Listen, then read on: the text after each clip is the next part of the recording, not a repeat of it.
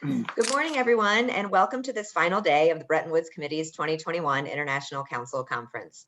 We've had a busy, full, productive week of engaging content and dialogues, and we're very excited to round it out today with this very important topic of debt transparency. We're very fortunate to be joined by several members of our BWC Sovereign Debt Working Group who will share a little bit about our upcoming debt transparency paper and preview some of the issues that we'll be addressing in that paper. So before I turn it over to them, just obviously a few quick notes for me as usual. We will reserve time for audience questions. We encourage you all to engage and send in your questions through the Q&A function in the Zoom toolbar. We'll collect these and then we will unmute you when it's time for Q&A. Please stand by and be ready to unmute your microphone if you have a question. I'd also like to thank our International Council sponsors, SICPA Holdings and SCIC, for sponsoring this year's event. And now let me quickly introduce our speakers that we have with us today. We have the co-chairs of our Sovereign Debt Working Group, Bill Rhodes and John Lipsky, who are also vice chairs of BWC's board. And of course, Bill Rhodes' name is synonymous with sovereign debt, having been instrumental in this space, and especially in the Latin American debt crisis in the 1980s. And John Lipsky was the first deputy managing director at the IMF during the Eurozone crisis. So well-versed on these issues, both of them. And we also have with us working group members, Richard Cooper and Joachim Levy. Rich is a partner at Clearly Gottlieb and has been involved in some of the most prominent and noteworthy restructurings in the US and Latin America over the last 20 years. And Rich, we're especially grateful to you, to your team, and to your co-drafter, Mark Walker, for your leadership in drafting these issue papers. So very much appreciate you. And Joachim Levy is the Director for Economic Strategy and Market Relations at Banco Safra SA. Previously, he's been President of the Brazilian Development Bank and Managing Director and CFO of the World Bank Group, and also Minister of Finance in Brazil. Gentlemen, thank you very much for joining us today. And I'm going to turn it over to Bill Rhodes to share a little more. Thank you very much, Emily. The Sovereign Debt Working Group mission is to put forth specific, actionable transactions to improve the global debt resolution architecture. In anticipation, we're already starting to see it, of a wave of sovereign debt restructurings resulting from the COVID-19 economic fallout. In April, the working group released its first paper, Sovereign Debt, A Critical Challenge. The paper and the overall effort put into it was well received by the major stakeholders involved in this area, including the International Monetary Fund and the World Bank, and I must say generated very positive press attention. The first paper outlined the major weaknesses in the sovereign debt architecture and previewed the working group's priority issues, which include enhancing debt transparency, which was mentioned as a key issue in our interviews this week with the managing director of the International Monetary Fund and the president of the World Bank. Other issues the group will cover are equitable burden sharing among all creditors, achieving full and constructive private sector participation, which is easier said than done, but which we must work on and help put together. Exploring prospects for state contingent financing. We are now currently working in the process of drafting our second paper on debt transparency, which we plan to release sometime in November. There are already members of the various G20 plans, in working on this issue, because the G20 and the IMF and World Bank have put together a series of initiatives, which John will be discussing in detail with us. And in today's discussion, we will get into some of the insights that we are addressing in our paper on transparency. So I think we will leave it at there, although I should say that both the major institutions in the IMF World Bank made it very clear to us they are looking for suggestions from us in this area. So I think this report will garner a lot of attention. So having said that, John, why don't I pass it over to you? Thanks, Bill, and thanks for your leadership in this area. The this is obviously an important week for the international institutions with the annual meetings, which now include as a regular part of the process, the G20 Finance Ministers Central Bank Governors meeting. And a theme that you can see running through the IMFC communique issued yesterday, the G20 ministers and governors communique on Wednesday, in the benchmark publications of the IMF, the World Economic Outlook, the Global Financial Stability Report, and the Fiscal Monitor, is the concern about the run-up in debt, both public and private, that has accompanied the response to the COVID pandemic, and the looking forward, the threat and almost certainty of a challenge of debt distress among many borrowers. As I'm sure all of you who've been attending any of the events of this week have heard many, many times, that we're going to enter the coming year with public sector debt to GDP globally at about 100%, the highest ever. And it's clear when we look down the list of primary risks. Number one, you can see formally that both the IMFC and the G20 suggest that the risks to growth are on the downside, that the risks to inflation are on the upside, and the implications for debtors or for the process of international lending is obviously very straightforward. Higher inflation suggests a potential earlier end to advanced economy, central bank historic levels of accommodation, prospect of rise in interest rates, a prospect in a deterioration in risk premia.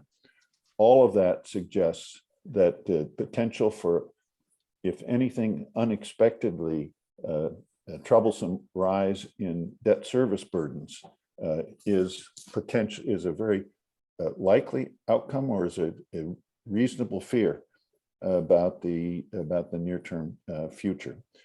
In fact, as many have recognized, but some haven't paid so much attention, that one of the reasons why this unprecedented increase in public sector debt has been manageable, especially in the advanced economies. For the advanced economies in general, debt service burdens have actually not risen with the huge rise in debt outstanding, because with the super low interest rates, outstanding debt is what was issued initially at higher interest rates is being rolled over at record low interest rates. This is not true necessarily for all emerging market economies, in which the run-up in debt in many developing economies has already engendered a rise in debt service burdens. Big picture, we have to get ready for the prospect of debt distress, and the risk case is more acute debt distress than we expect already. Now, as we all know, the G20 and the IMF and World Bank and other public IFIs undertook two important initiatives regarding debt in response to the pandemic. First was the IMF and World Bank's debt service suspension initiative, in which the notion was that public institutions, bilateral and multilateral, should suspend debt service payments. And first it was through June of this year, and then it was extended to December of this year. But we've gone through now with the G20 and IMFC have gone through essentially the last meetings which would be practical to talk about an extension of the DSSI once again. It looks like it's not on the cards. Also novel was the request by the IMF and World Bank and the G20 that the DSSI be endorsed by private sector lenders, something that simply did not happen. Now, with the DSSI, even for public lenders, coming to an end, the G20 put in its place the so-called common framework, for dealing with debt issues beyond the DSSI. And the common framework was made eligible or to all the countries that had been eligible for the DSSI, and that constitutes the 73 lowest income members of the Bretton Woods institution. Now, in essence, the common framework is an attempt to get around practical, and let's call it political stalemate, and that is heretofore the principal venue for dealing with debt restructuring or debt liquidity issues in developing economies has been through the Paris Club. Since the global financial crisis, I think this audience understands very well that China has become the largest single lender to these countries. And yet China is not a member of the Paris Club. It's only recently become an observer. And it's been clear that, among others, China was not interested in becoming a member of something called the Paris Club, essentially on the basis, presumably, that since that club's rules were made before China would have become a member, they're rather not interested, since they're the biggest, in joining somebody else's club, and hence the formation of the common framework. However, the common framework, which participation in a common framework is voluntary. In other words, debtor countries who wish to receive debt restructuring or liquidity help have to apply, but the procedures are rather similar, presumably, to the Paris Club. In other words, and importantly, to receive debt assistance under the common framework, like under the Paris Club, requires that the country agrees with the IMF on a stabilization program that is capable of qualifying for a credit transfer support. So number one, it requires an economic program. And number two, it requires that the borrowers engage with not just public sector, but also private sector lenders to obtain similar terms as that would be accorded by public sector lenders. So the idea is that the common framework would get around the current impasse about who's a member of the Paris Club. So far, there have been 3 countries that have applied for treatment under the common framework: Chad, Ethiopia, and Zambia. And immediately, we have come to see one of the critical problems in terms of making progress in providing a working and well-structured method for dealing with problems of debt distress, at least among the common framework eligible countries. And that has been the well-known problem, pre-existing problem, of lack of comprehensive debt transparency among these borrowers. And it's been clear that it is difficult to move forward with debt restructuring or other arrangements in a situation in which the lenders are not confident that they understand exactly the amount of debt outstanding, the terms under which the terms of that outstanding debt, and face the prospect that they are could agree to restructuring efforts that would essentially allow some lenders, some official lenders, to escape that having to restructure the debt, or at least to restructure under differing terms, and avoiding the very basic principle of pari passu that has been bedrock to the Paris Club. So, big picture, we have an outlook going forward of an uncertain degree of rising inflation pressures, an uncertain degree of slowing growth, unprecedented levels of debt that was acquired in many cases at historically low rates, and which the rate environment is expected to deteriorate. So a challenge before us that is going to require a degree of cooperation that heretofore has not been forthcoming. a challenge that I think is recognized by all. It will be extremely interesting. It's been, to me, slightly amazing. The G20 Leaders Summit is scheduled in a couple weeks. It's going to occur the 30th and 31st of October. And you don't see much discussion about what are the leaders going to agree to. This is a potential area in which there has to be agreement between, e.g., China and other major lending countries. And similarly, we're going to be looking forward to, at the beginning of November, Glasgow COP26, another venue in which cooperation is going to be required.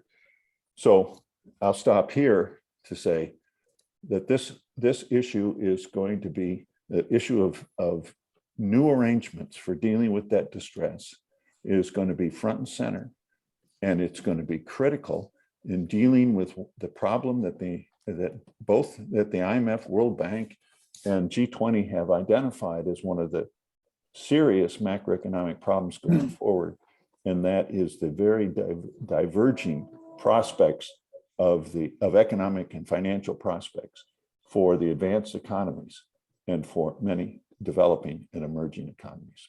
I'll stop there. Thanks very much.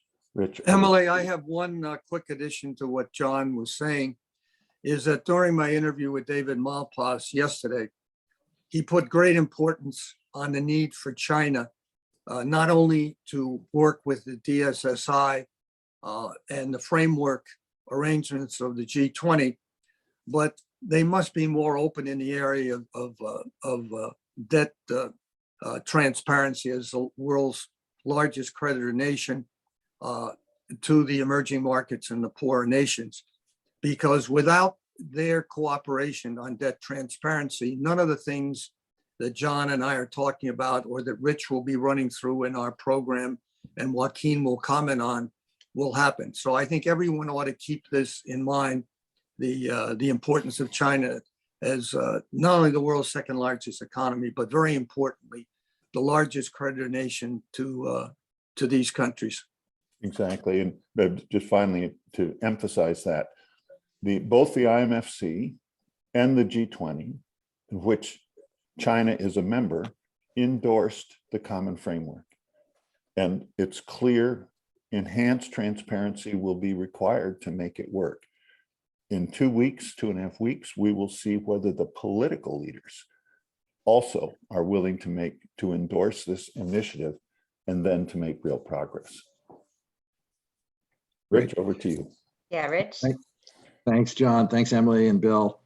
And welcome to all the Bretton Woods Committee members. As John has mentioned, for decades, the international architecture for sovereign restructurings has operated without a set of accepted rules and procedures to promote transparency. Information opacity is widespread, and while there have been frequent calls for greater transparency, there's no consensus regarding what information should be disclosed, how to compel or encourage participants to make such disclosure, and what the consequences should be for those who fail to do so. Absent a global regulatory regime designed to promote and ensure transparency, individual sovereign debtors and their lender counterparts each enjoy a great deal of freedom as to what they choose to disclose or not to disclose. And all too often, the choice that is made is to disclose less and not more. And the consequences for investors, markets, citizens, the international financial system as a whole is to sow doubt and distrust. We've seen this play out, as John mentioned, in recent restructurings and in the challenges many of the less developed countries face in accessing the international capital markets. I think the truth is that the international financial system does not need to operate in this manner, nor should it. Greater transparency will make markets more accessible and efficient, inform and discipline the formulation of policy, provide for better decision-making around price and risk, and result in fairer and more inclusive restructuring processes. The paper that we're working on will examine this issue. It will focus on what institutions could and should play a greater role in promoting transparency, what constraints these institutions face in doing so, how can we provide meaningful incentives that will result in greater transparency, how to discourage or outright prohibit behaviors that don't. As part of this exercise, this paper will take a deeper dive into addressing what type of information should be disclosed, how to start to build a system where reliable information can be collected, standardized, and disseminated in a usable form and relied on more broadly by market participants, the official sector, and policymakers. Relatedly, the article examines the question of procedural transparency and what tools can be utilized to foster greater procedural fairness and inclusiveness, particularly as it relates to the private sector in restructuring context. The key obstacles, I think, to a lack of disclosure really boil down to two issues. One, the lack of an overarching regulatory regime that requires such disclosure, and the fact that incentives and disincentives don't exist. What we're left with is an information paradox. In many cases, sovereigns that do make disclose information, but it's rarely in the form that can be used in a meaningful way by investors or markets. Today, a lender who would like to gain insight into a potential investment in a country's debt burden may find themselves on 12 different databases with 12 discrete subsets of sovereign debt data and walk away with no clearer picture of a country's true financial situation than if it had no information. And that's for the countries that have provided disclosure. The article that we are in the process of drafting looks to see what additional incentives and disincentives can be used to encourage greater disclosure. There is cost. Today's system doesn't include that. Indeed, to the contrary, the system tilts in favor of non-disclosure. There is cost and risk, political, legal, and financial, involved in disclosure. Many countries lack the institutional capacity and infrastructure to provide greater disclosure.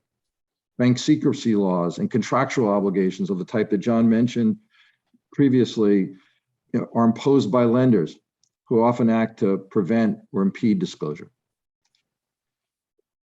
We envisage a system where there's greater consensus on what needs to be disclosed and what measures can be taken to encourage greater disclosure.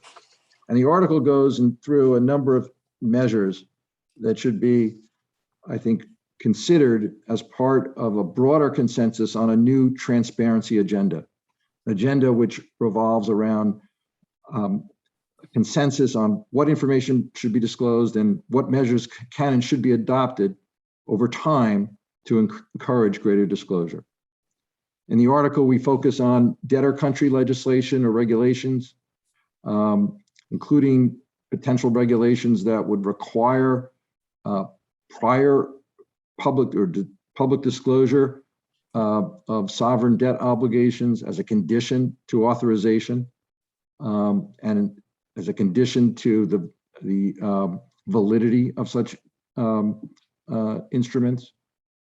We focus on rating agencies and what role they can play to include and condition access to various ratings on minimum disclosure rules. In the context of restructuring, we look at what measures the official sector can take, institutions like the IMF, the World Bank, to condition support and debt relief on enhanced disclosure. We focus on potential measures regulators can take, exchanges can take to encourage both sovereigns and lenders to provide more information.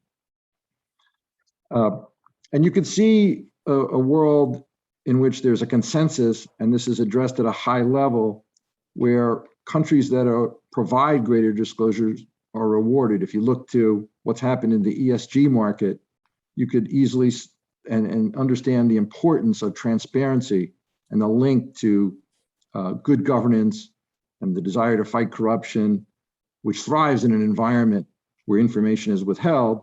You could imagine a world in which sovereign debtors are rewarded for providing greater disclosure.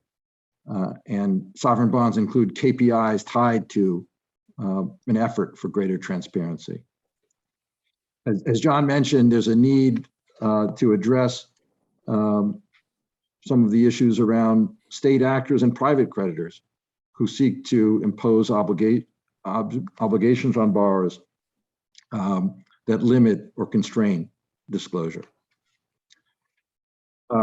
This paper, which we're hopefully rounding the corner on completing in the next couple of weeks, we've spoken to individuals and institutions. We've reached out to a number of players and getting their input. But we think there needs to be a recommitment and a focus at the highest levels in order to move this issue forward. The paper also addresses, as I mentioned, procedural fairness and a transparency agenda. And we focus in the article, in the paper, on two tools that we believe can be used and as a means to drive greater inclusion. One is the engagement clauses that you see in some sovereign bonds as a means to promote a greater participation by the private sector in sovereign restructurings.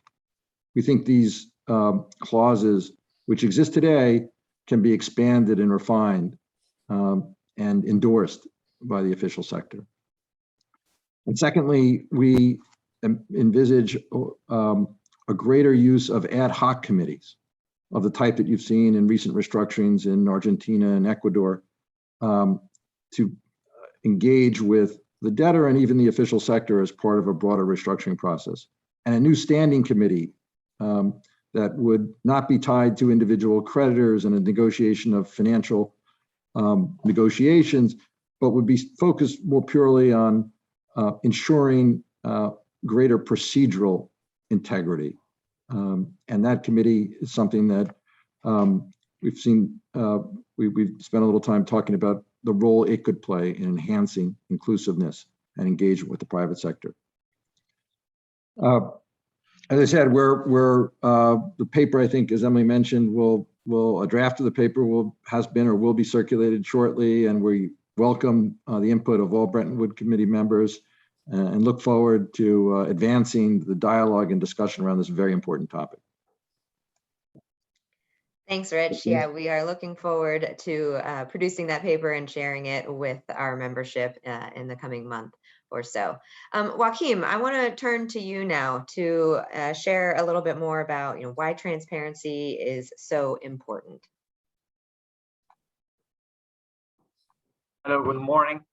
Well, of course, as Cooper mentioned, more and more all sorts of investors are valuing transparency. The same way we have this initiative, for instance, for disclosure of exposure to fossil fuels that Mark Carney has been leading, as well as all the ESG movement.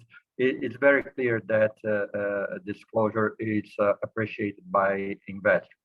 Moreover, of course, when you are in a situation of debt restructuring, trust is very important. I mean, Bill Rhodes is here. I mean, we just heard about the importance of having committees in this situation because the flow of information is so relevant when you have to decide about burden sharing and other things that are integral part of any of these negotiations. So transparency is important before you have a problem and also after you have a problem and you have to solve it.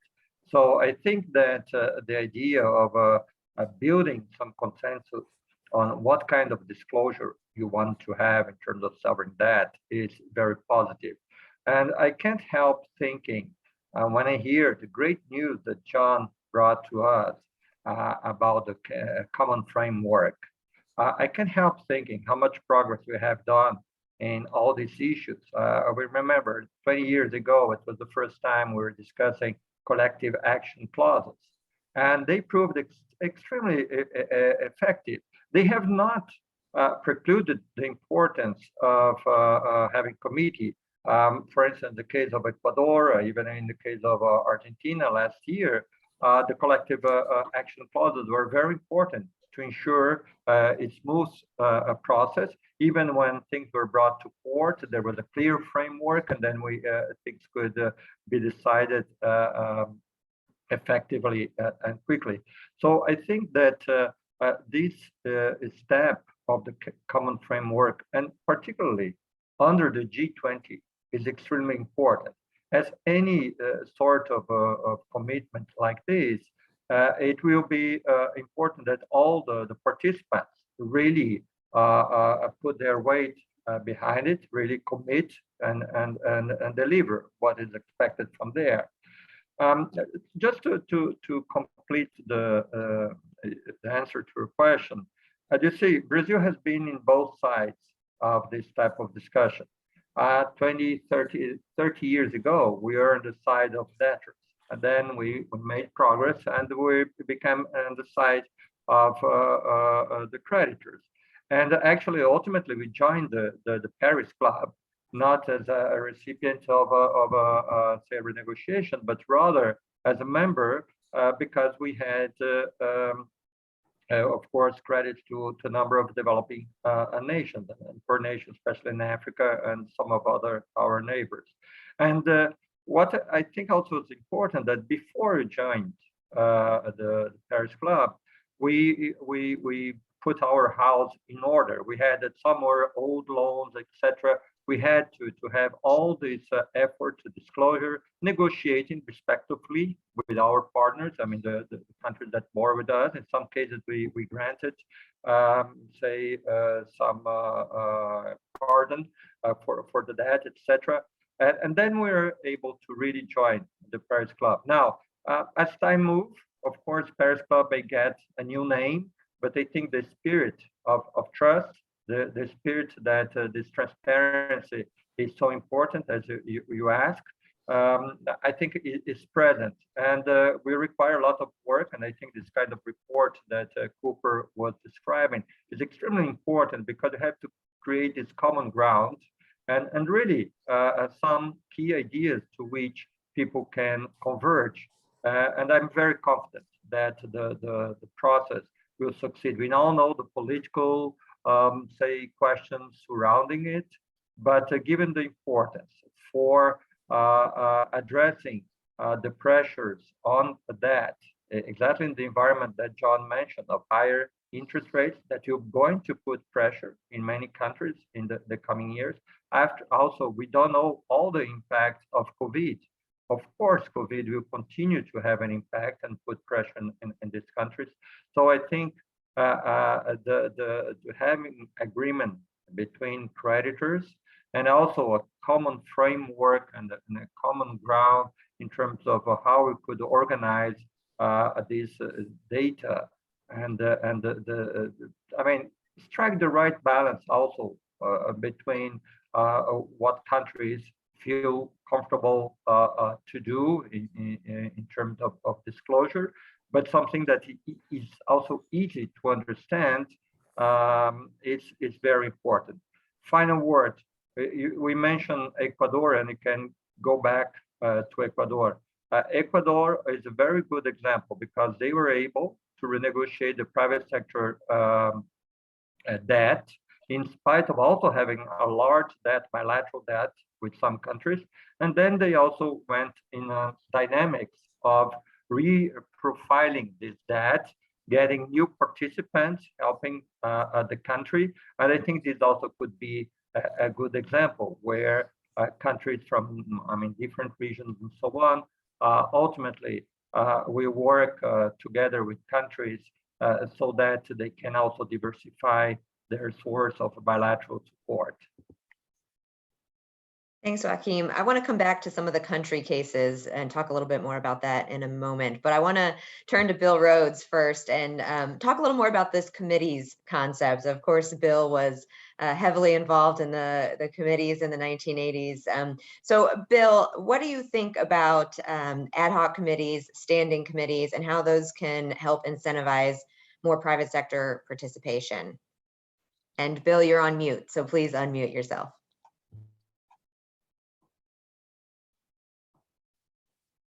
I think it's critically important, and I think Rich made the case for these committees as a leader of probably more committees in Latin America, Asia, and Africa than anybody else during the 80s and 90s.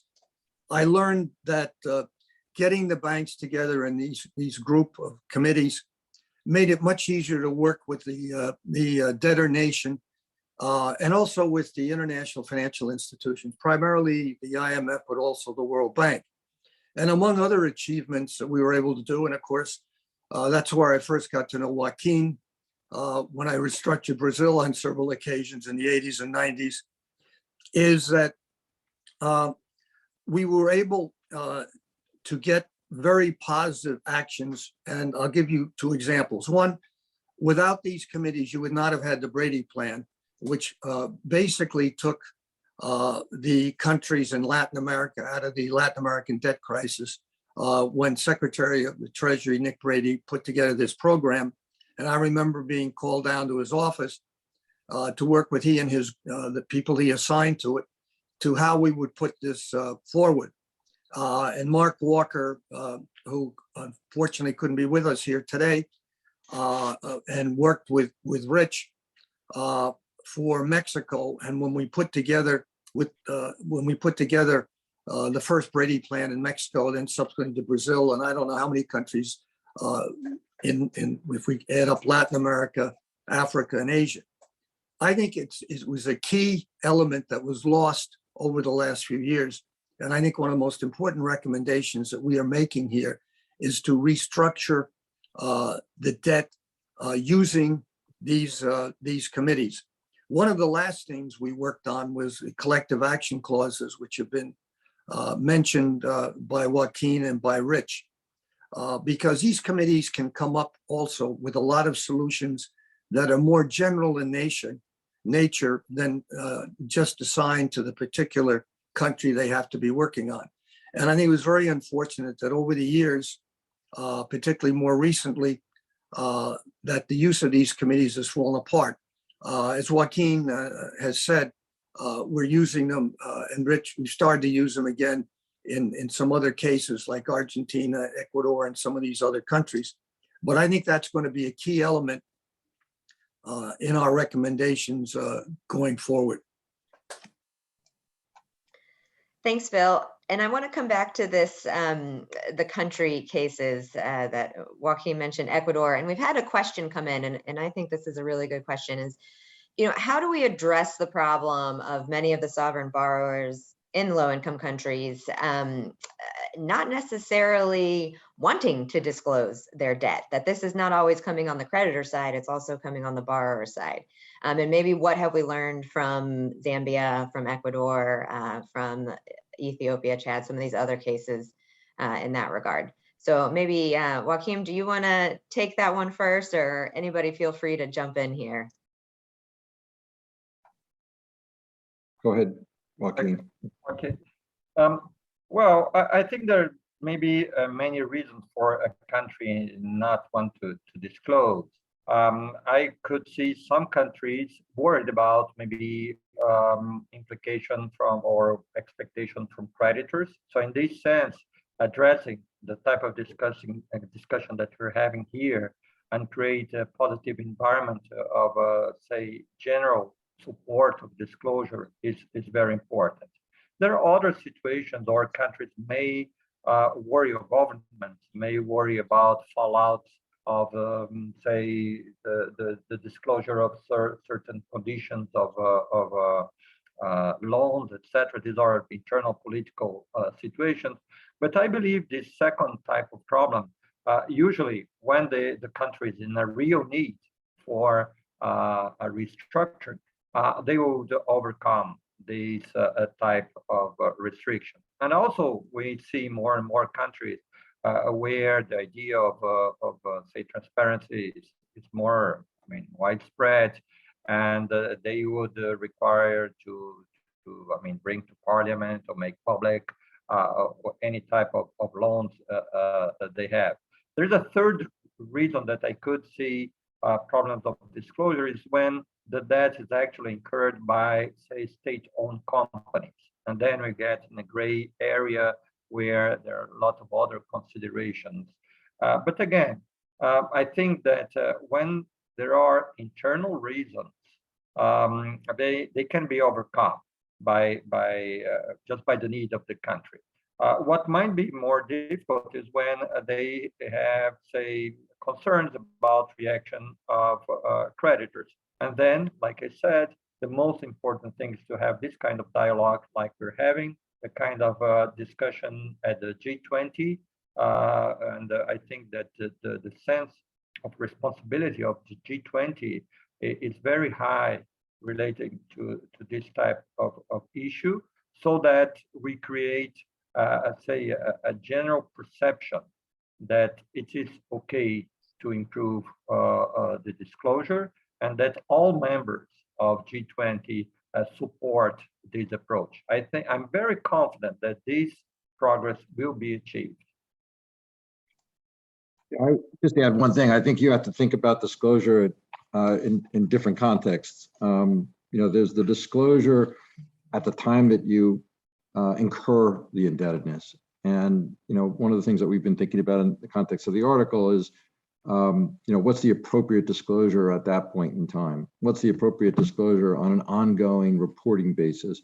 And what's the appropriate level of disclosure when you're in a stress situation? And I think the conclusion that we reached is certainly in a stress situation when creditors are asked to make a contribution or to burden share, that there's probably a heightened need for a deeper level of disclosure, and certainly about where other creditors stand and what have been offered or promised to those creditors. And I think we have to think about it in that context. And Joaquin mentioned Ecuador. Ecuador, had very substantial debt to China and China-related entities. It was able successfully to restructure its sovereign bond debt. I did have committees, but even there was a lawsuit brought in New York by bondholders who weren't involved, alleging lack of disclosure and the like. I think there are lots of reasons why sovereigns don't make disclosures. Some of them are valid and the like. Others are imposed by lenders. I think you have to go kind of walk through, and that's why I think it's important to start developing a consensus around, what's the appropriate level of disclosure, at what point in time, for what institutions. As Joaquin mentioned, that the disclosure of a sovereign borrower at a certain point in time may be different than an instrumentality that holds assets outside of the region and has different types of commercial arrangements and the like. So that's part of what we hope to achieve with the paper, to kind of sort through some of those issues, put them out there, and start that discussion. John, do you want to? I'll just add a brief comment, and belaboring an obvious point I fear, but often the lack of disclosure in specific cases resembles a victimless crime. It's both sides find it convenient to hide the facts. So here, I guess the point's a straightforward one. The lack of a clear agreement broadly held by the principal lenders, principal sources of sovereign lending on a set of clear standards has created an atmosphere in which this has been possible. And hence why this effort to create a broad agreement, let's say through the common framework, on a clear set of standards on transparency, and to create surrounding and supporting elements that, like Rich suggested, to ensure at least, if not the enforcement, the ability to discern when standards are not being met is going to be crucial for making real progress. And hopefully we can avoid a situation of broad spread debt distress and emergency to provide the incentives, but rather before we get anywhere near there, that we can get broad agreement on a clear set of standards. And that's certainly one of with the members of the Sovereign Debt Working Group of the Bretton Woods Committee hope that our work is able to help suggest what those clear standards might actually look like. Yeah, Emily, I would just add here a comment about China, because we've all mentioned China in one degree or another. And it's important that the audience understand that we have two prominent members from the Chinese community who are members of our committee. Yu Yongning, who is a prominent economist in China and longtime supporter of Bretton Woods, with close ties to the People's Bank of China, China's central bank, and probably their most efficient economic entity in the country. And also Keiyu Jin, who's a professor of economics at the London School of Economics, whose father was former Vice Minister of Finance of China, and also now heads the Asia Investment and Infrastructure Bank. And so we are trying to get on this committee a broad consensus geographically, and also Africa is represented by Maria Ramos, who is a personal advisor to President Mandela, among others, and chairs Ashanti Gold. So we have a wide diversity on this committee when we actually finalize our recommendations. And that's important, I think, for everybody in the audience to understand. Yes. And in addition, however, even though there's obviously, without the cooperation, participation of China in this effort, there won't be success. But it's not just China.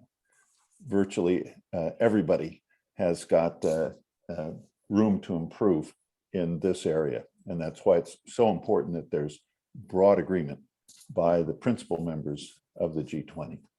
And I think it's important also to understand that in all of our interviews that we've had during the week, whether it be the head of the IMF, the World Bank, the Deputy Secretary of our own Treasury here in the United States, everyone is really looking forward to this report, because we do not have a set of standards, as Rich said. And we've had the Institute of International Finance work on this with the private sector. And we could rattle on to all of the institutions looking at it, the BIS, the OECD, but no one's put it all together in a package. And that's been our challenge. And that'll also be our opportunity, and the opportunity to move this forward. Because if you don't have debt transparency, you're not going to encourage lenders to lend to these emerging market countries and poorer countries, because they're looking for a set of standards, and no one's been able to put that forward. This is one of the reasons why we're talking to the rating agencies, to the Bank of International Settlements, to the OECD and other entities, to try and see if we can put that all together in one package that can act out as a standard, and why we also, for the private sector, talk about these ad hoc committees. So I think it's a once in an opportunity here to really put all of this down in one single recommendation, which is why I think all of us who are involved in this process are so enthusiastic. You make an excellent point, Bill, and something that I know we're going to address in our article, but I would like to ask the group about is, in terms of the implementation of how you go about putting together a data repository that is going to be useful. I mean, right now it's a patchwork, and there's a lot of different information in a lot of different places. And we understand that the OECD is going to be the lead on this, but the work has been, it's been a little bit slow, and it's a little bit hard to tell where it's going. So want to hear from all of you, from Rich, from Joaquim, about, how do we actually implement this type of comprehensive database, and who are the key players, and are there other multilaterals that might play a complementary role? Rich, do you want to start? Yeah, sure. So I think the efforts, first the efforts of the IIF, and which really, I think, led for the private sector initially this issue on debt transparency and its principles, which now has enlisted the support and resources and expertise of the OECD, is a really important first step. And something that I think we spoke to folks at the OECD is something that they enthusiastically are pursuing, but it's a challenge, and I think we should just recognize, it's a limited mandate to date. It relies on information that it receives from members, mostly of the IIF. It is not being at this point supported by sovereigns. It's certainly, although in name, is supported by certainly the official sector, who I think support the effort. There's not information that's flowing from the official sector to the OECD. So it's limited, it's beginning, but it's promising. And it's something that I think we believe needs to be supported but expanded. And I think, of course, I think we think that the OECD is kind of uniquely positioned, given the resources, the expertise that it has, to come up with something, to basically digitize this information and potentially make it available in a usable form for markets and investors and policymakers. That's, we understand there may be some concerns by some interests that maybe, the OECD isn't well positioned to do that, or that there should be, it's a Western institution. But, I think rather than spend a lot of time trying to substitute for them, I think that we can address whatever issues that there are on a and in terms of implementation, and try to get behind that effort. Joaquim? Well, I think that Richard gave a very good sense of what is at stake. But first, we all know that the OECD does incredible things, and they have really a great team and resources. I think that we might want to divide the issue between the technical part, how you put that together, the program, and so on and so forth, and the governance part. I think that to the extent that we are involving official creditors and so on, it'll be very important that we have any depository under the governance of some institutions. And of course, G20 is a very natural place to really centralize these directly or through the FSB, which is a G20 organism. And then we could have, let's say, the technical part with OECD, which is very much trusted by many countries, and also it's an expanded organization. We have a number of developing countries that have joined and were in line to join. They also have a lot of cooperation with China. We could, for whatever purpose, have some multilateral bank. We could think about AIIB, or you could think about even some UN institution, UNCTAD or whatever, so that you could have some sort of consortium under a governance. I mean, I don't have the final design for that, but I'm sure that this would emerge as a discussion moves forward. And again, like Bill said, to the extent that you have, say, a complete package, this would be an important part of this package, and thinking what kind would be the best governance structure. You'll be, I'm sure, we will emerge from this discussion. But I'm very confident that we're going to move towards this. I think one of the things we also want to emphasize here, although it's been mentioned briefly, is we are working also and going to get input from the regional development banks. Very importantly, the Inter-American Development Bank, where Joaquin was vice president in the past, the Asian Development Bank, where the present head of the Asia Infrastructure and Investment Bank, who I mentioned, Jin, had been a deputy at the Asian Development Bank, and very importantly, the African Development Bank, because a lot of people forget Africa. And so I think it's important that we mobilize their input into all of what we're doing, because a tendency oftentimes is just to refer to the International Monetary Fund and the World Bank. But without these regional development banks' support and input here, we're not going to be able to bring this off. Thanks, Bill. We have a lot of questions from our audience. If our panelists can stick around for a little while, I'd like to get to a couple of these. So I'm going to first go to Randall Henning. Randall, can you please unmute your microphone and go ahead and pose your question? And Rich, I think this one might be for you. Okay, certainly. Well, thank you so much. I really look forward to reading the draft of the report and applaud you for this discussion. My question relates to the list of measures that Rich Cooper presented for facilitating transparency. I noticed that one item that we've discussed in the past in meetings like this seems not to be on the list, and that was the idea that debt that has not been previously reported in some kind of ledger or reporting scheme be subordinated in the context of a restructuring exercise to debt that has, right? And this would effectively incentivize, of course, disclosure ex ante. So is this something you're actually considering but just didn't mention, or is this off the list?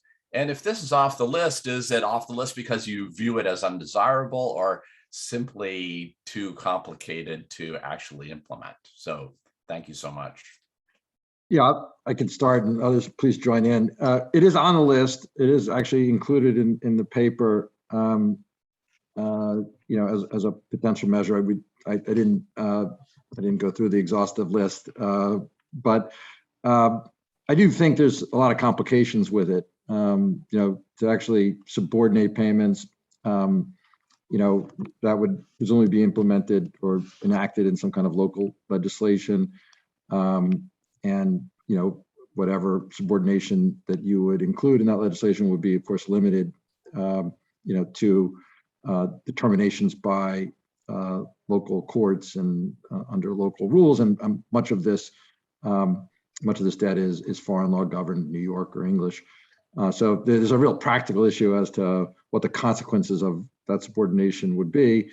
We do mention another measure which I think might have you know, some similar type of effect, and that is, you know, you could imagine local legislation which, if you know, debt obligations are not disclosed within some period of time, that kind of the favorable withholding tax treatment that you often see granted by local host governments would come to an end. If that were actually included in local legislation, in host country legislation, I guarantee you that many of the investors who would be thinking about purchasing that debt would be making sure that that debt is disclosed. And there are other similar measures like that that you could imagine as part of a broader transparency regime. I do think it's important that, you know, when this is, as John and Bill and Joaquin have mentioned, you know, there's a looming debt issue coming, and the pandemic has exacerbated that, notwithstanding low interest rates. And so I think as we kind of move forward and think about measures to promote transparency, we also have to, you know, think about doing it, navigating that in a way that doesn't exacerbate that in the coming years and is done in a thoughtful way, so it doesn't create issues. Thanks, Rich. Any other panelists want to jump on there? We had a question come in, and we've talked about the G20 a lot. And we also heard from both the managing director and from David Malpass this week, World Bank president, that the common framework is moving too slowly. And Joachim seems to be optimistic. John, I maybe we'll start with you and then have Joachim jump in. You know, how optimistic are we that we're going to make progress, that the G20 can make progress on this front? And to Rich's point and John's, you outlined the macroeconomic risks. Are we at risk of moving too slowly? Should I start? Go ahead, John. Yes, we're at risk of moving too slowly, but the G20 ministers and the IMFC's endorsement of the common framework suggests that at a working level, and let's call that technical, that's at the ministerial level, that's a bit more than technical, have endorsed, and it's been made clear, I think, to everybody that one of the principal, if not the principal reason that things have been moving too slowly is exactly over the issue of transparency. Something that was emphasized, for example, in my discussion with IMF Managing Director Georgieva 3 days ago. But to me, I may be getting it wrong, but it strikes me that what's going to be critical is the willingness of the political leaders, in other words, the G20 leaders level, to get behind this and commit to make this work.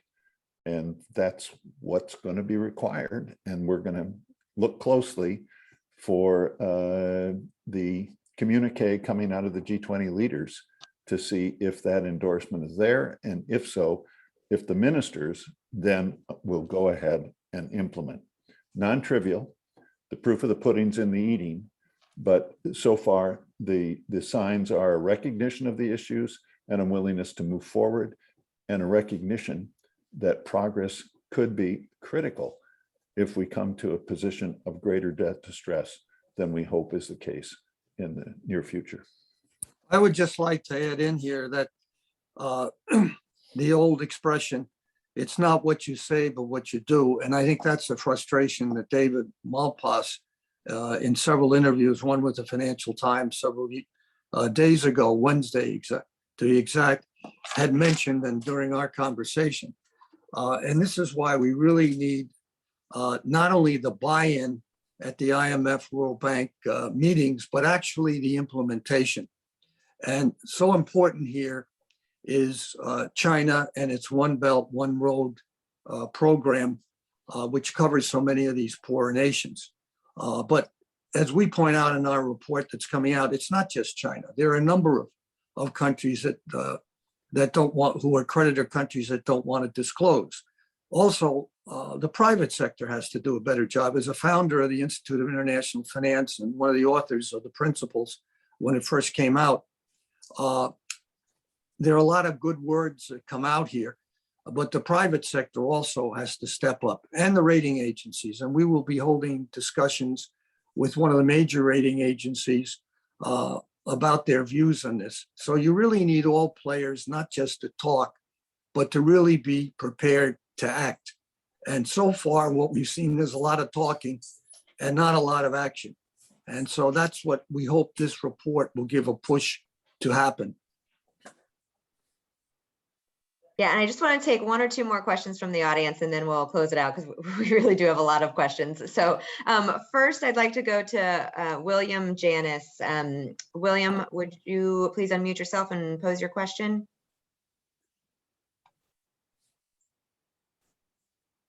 William, can you unmute your microphone?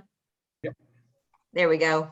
Yeah, and maybe a little outdated, but I was curious about the utilization of debt equity swaps that were used in the 1980s, since presumably you'd have to undergo due diligence. is it a way to have some, I guess, private sector impetus for more disclosure and in a politically palatable way, since you're going to inject private sector money into any type of debt forgiveness or debt transition? Bill Rhodes, you want to take that Well, one? I think that, you know, as one of those, and Rich remembers, because Mark Walker and I worked on it in Mexico and other countries, and also Joaquin remembers in Brazil, it was part of the menu of options that we put together with these ad hoc committees.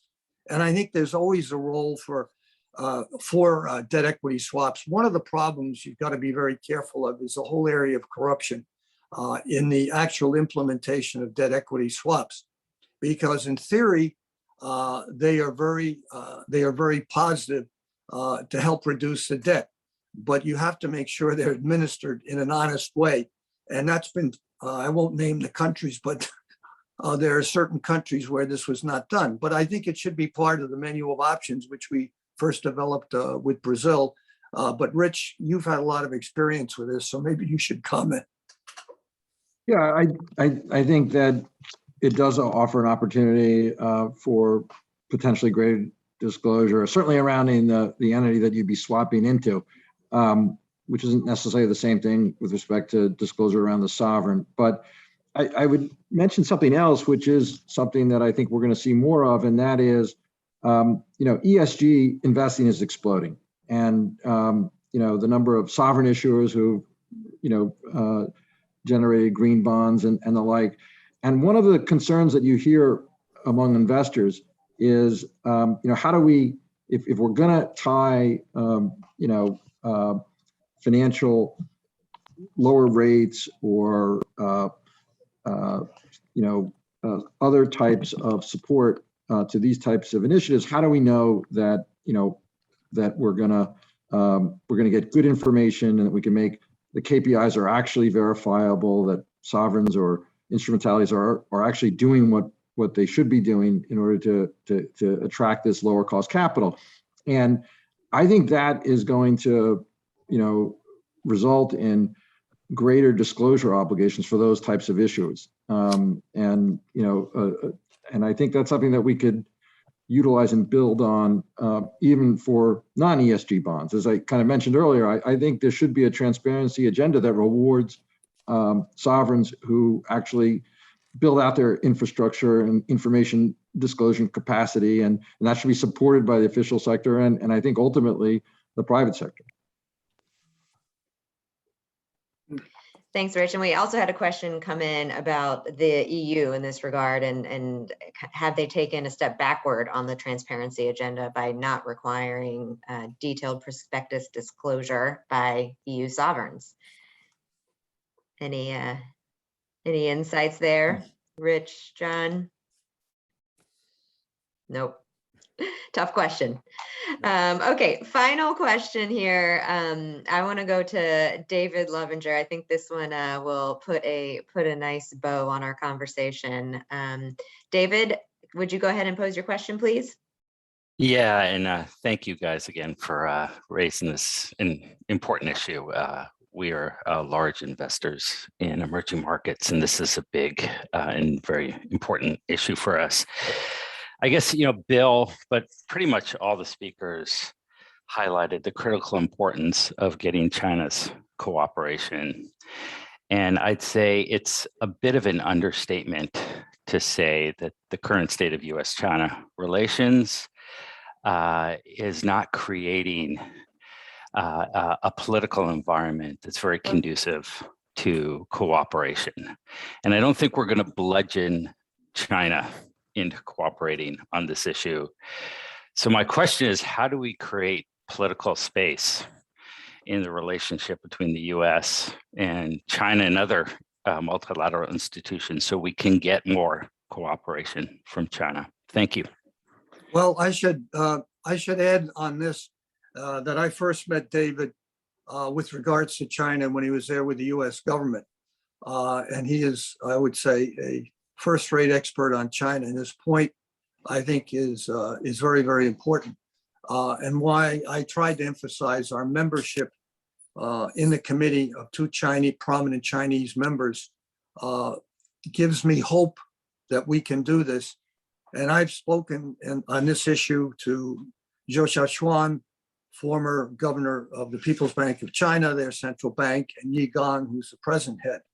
And I think the case we have to make is to persuade China that it's in its own interest to really participate. And I think you would agree with that, David. It's not easy, but I think that's the way to go about it. And if you have any particular thoughts with your time and expertise on China, we would welcome them.